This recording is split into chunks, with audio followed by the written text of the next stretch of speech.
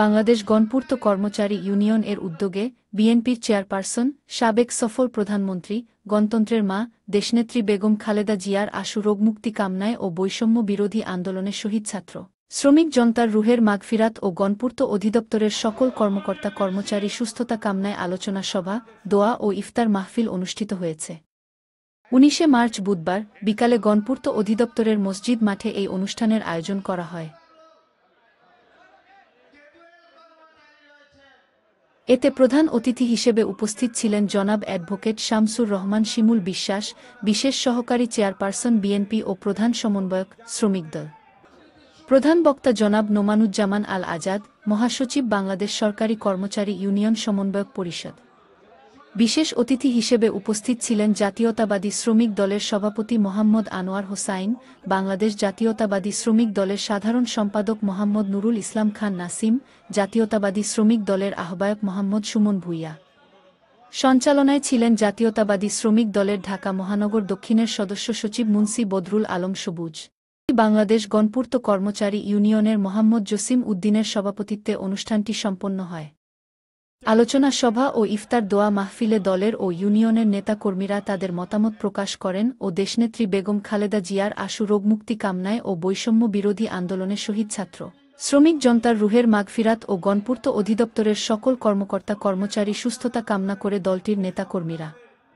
প্রধান অতিথি জনাব অ্যাডভোকেট শামসুর রহমান শিমুল বিশ্বাস বলেন, আল্লাহর দরবারে আমি ফরিয়াদ করি, আমরা সারাদিন যে অভুক্ত থাকি, সূর্যোদয় থেকে সূর্যাস্ত পর্যন্ত আমরা কেউ আমাদের না দেখলে আমরা আহার থেকে পানাহার থেকে আমরা বিরত থাকি আল্লাহকে সন্তুষ্ট করার জন্য। আমি সেই আল্লাহর দরবারে ফরিয়াদ করব, বাংলাদেশের ভাগ্যহত মেহনতি মানুষের প্রতি আল্লাহ যেন রহমত বর্ষণ করে। বাংলাদেশের 7,35,00,000 শ্রমিক শ্রেণী যারা অতীতের সকল আন্দোলনে সবচেয়ে বেশি ত্যাগ স্বীকার করেছেন, কিন্তু তাদের অধিকার সুরক্ষিত হয়নি।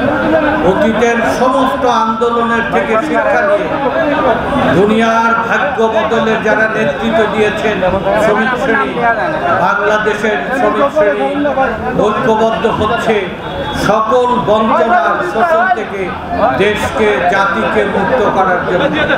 আমি আজকের এই পবিত্র এই মাহে রমজানের এই আজকের এই ইফতারির পূর্বক্ষণে, দোয়া কবুলের এই মাহেন্দ্রক্ষণে আমি আপনাদের সবার উদ্দেশ্যে অনুরোধ করব, বাংলাদেশে শ্রমিক কর্মচারীদের শক্তিশালীভাবে নীতি, আদর্শ, শৃঙ্খলার মাধ্যমে সংগঠন শক্তিশালী করুন।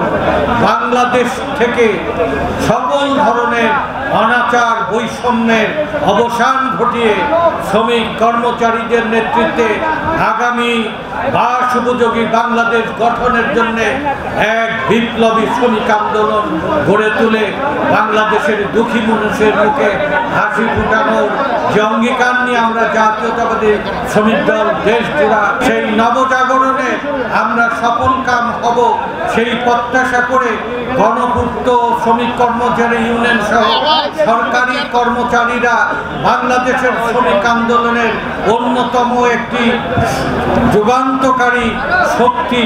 আমি আজকের এই গণপূর্ত শ্রমিক কর্মচারী ইউনিয়নের সবাই আপনাদের সর্বাঙ্গীন সাফল্য কামনা করে আমাদের অধিকার আদায়ে শ্রমিকের মর্যাদার লড়াইয়ের যে সংগ্রামের সূচনা হয়েছে বাংলাদেশে, সেই শ্রমিক জাগরণের বিষয়ে আপনাদের সাথে আমরা সাংগঠনিক কর্মসূচি নিয়ে আরেকবার মিলিত হয়ে আলাপ আলোচনা করব।